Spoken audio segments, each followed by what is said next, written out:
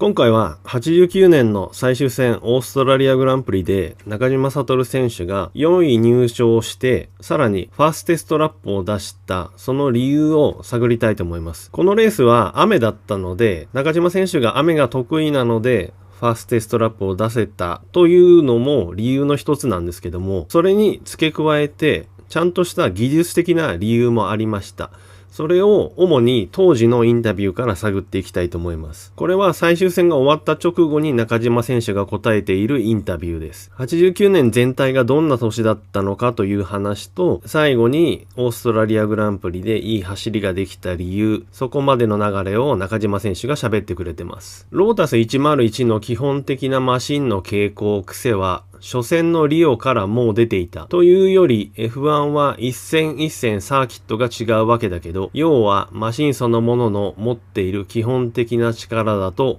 思うんだよね。この年のロータスのマシン101の性能は開幕戦のブラジルグランプリの時にこの車がどんな能力を持ってんのか把握してたって言ってるんでしょうね。マシンの傾向としても C タイヤの方がタイムが出て、Q タイヤだとタイムアップ率が低いことが多かった。その傾向を考えると、今年はグリップが全体的に増して、それが全てシャーシのストレスになっていたんじゃないかな。改めてこのインタビューを見ると驚いちゃうんですけど、C タイヤ、決勝レースで履くタイヤの中で柔らかい方のタイヤですね。それと比べて Q タイヤ、予選用のタイヤですけど、履き替えてもタイムアップはあまりしなかったって言ってますね。まずこれが非常に驚きですね。レース用のタイヤは当然何十周もするという前提で作られてますから、一周だけいいタイムが出ればいいという予選タイヤとは全くグリップが違うわけなので、単純に考えて旧タイヤに履き替えてタイムアップ率が低いっていうのはありえないんですね。この年はターボが禁止されて NA エンジンになって、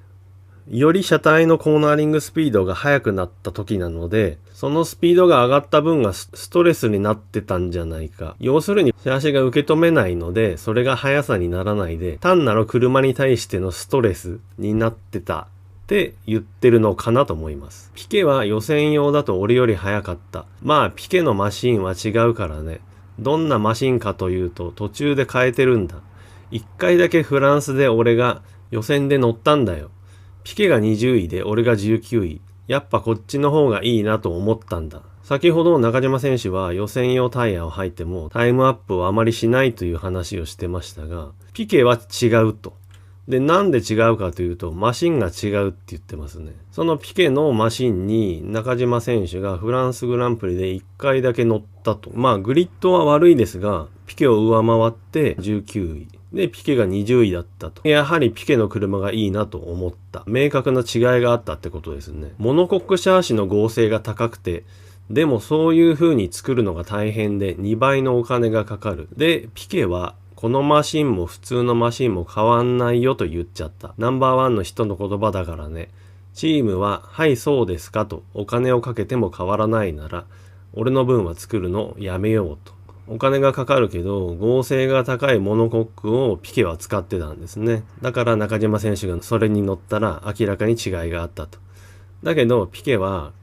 どっちも同じだよっていうことをチームに言っちゃったので、チームはお金がないので中島選手にその合成の高いモノコックは作らなかったと。そういうことなんですね。まあこれはこの時のピケと中島選手だけの話じゃなくて F1 の世界でおそらくあちこちで毎年起きていることだと思うんですけども、見た目は同じでもモノコックの合成が全然違うっていうのはあるあるだと思うんで、ナンバーワンとナンバーツードライバーに腕の差があるにしても車体の差もあるので余計にその差が開いてしまうと。しかもピケは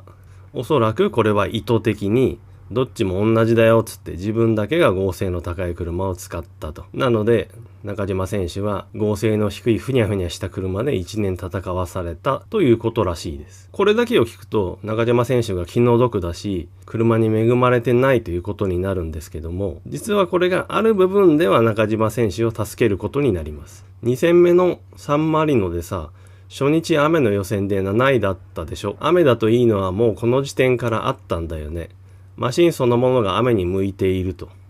俺は決して雨が好きじゃないし、雨の中島って言葉は好きじゃない。雨でも晴れでも早くなくちゃいけないんだから。第2戦のサンマリノグランプリ。初日、中島選手は雨の予選で7位だったんですね。もともと雨が得意と言っても、この車のエンジンパワーから考えると7位というのはすごい速いタイムだと思います。なのでこの車が雨に非常に強いということはこの時点から分かっていたと。車としてはそういうことらしいですね。で、雨の中島とよく言われてましたけども、まず中島選手は雨が別に好きじゃないし、雨の中島って言葉も好きじゃないんですね。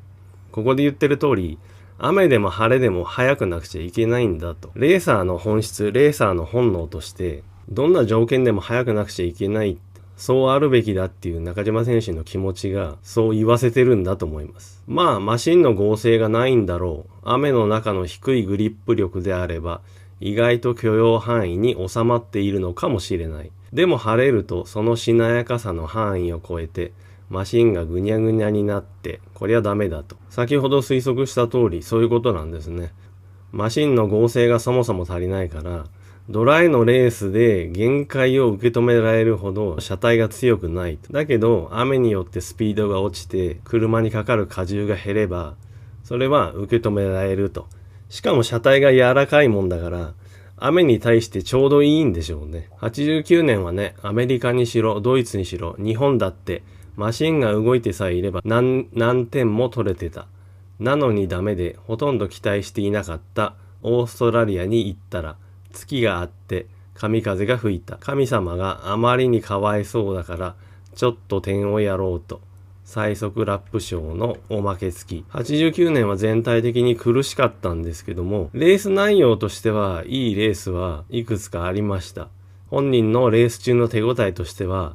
ちゃんとやれてたのに車が壊れたりして点が取れなかった。そういう悔しい思いを言ってますよね。確かにここで言ってるドイツグランプリなんかは最後にスピンしちゃいますけど、周りの車をどんどん追い抜いていって、レース中の速さはすごかったですよね。あとここで中島選手言ってませんけど、ポルトガルグランプリだと思うんですけど、あれもほとんど最後尾から走り出して7位まで上がりましたよね。入賞はできなかったんだけど、レース内容としてはすごい良かったと。だけど結局1点も取れないまま最終戦に来てしまって、ほとんど期待してなかったオーストラリアだったんだけど、ここだけは自分にちょっと運が向いたと。で、ファステストラップも出せたと言ってます。ここまでが当時のインタビューです。で、付け加えで、GP カーストーリーに載ってたつい最近のインタビューを紹介したいと思います。でもスタートでスピンしたことが逆に良かったんだよね。みんなが先に行ってしまったからまだ景色が見えないうちにコースコンディションを懸命に覚えたんだ。例えばこのストレートは一番右がいいぞとか、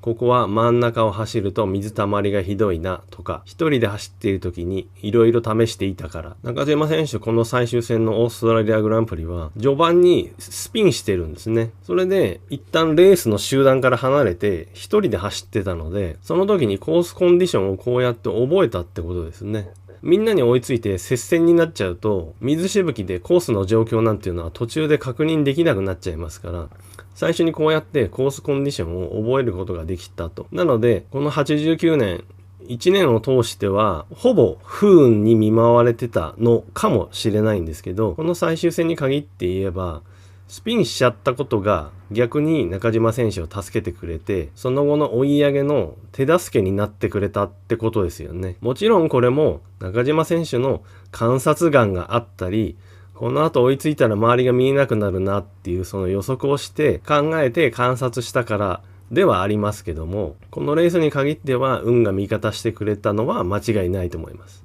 こんなわけで89年のオーストラリアグランプリ、中島選手が4位入賞してファーストテストラップまで出せたのは、ただ単に雨が得意ということではなくて、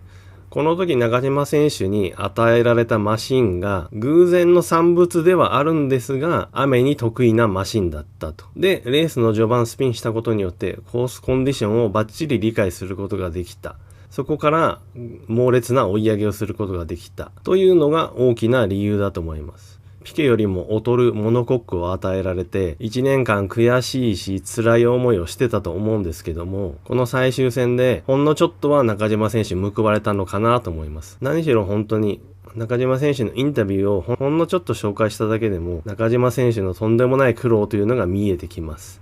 F1 ドライバーの仕事っていうのは本当に苦痛で大変でストレスの溜まる仕事なんだなと改めて思いました。はい、今回の動画はここまでです。また面白いネタがあったら作りたいと思います。高評価、コメントありがとうございます。何度も言ってますが、チャンネル登録者1万人を目指して現在は頑張ってます。はい、また次回よろしくお願いします。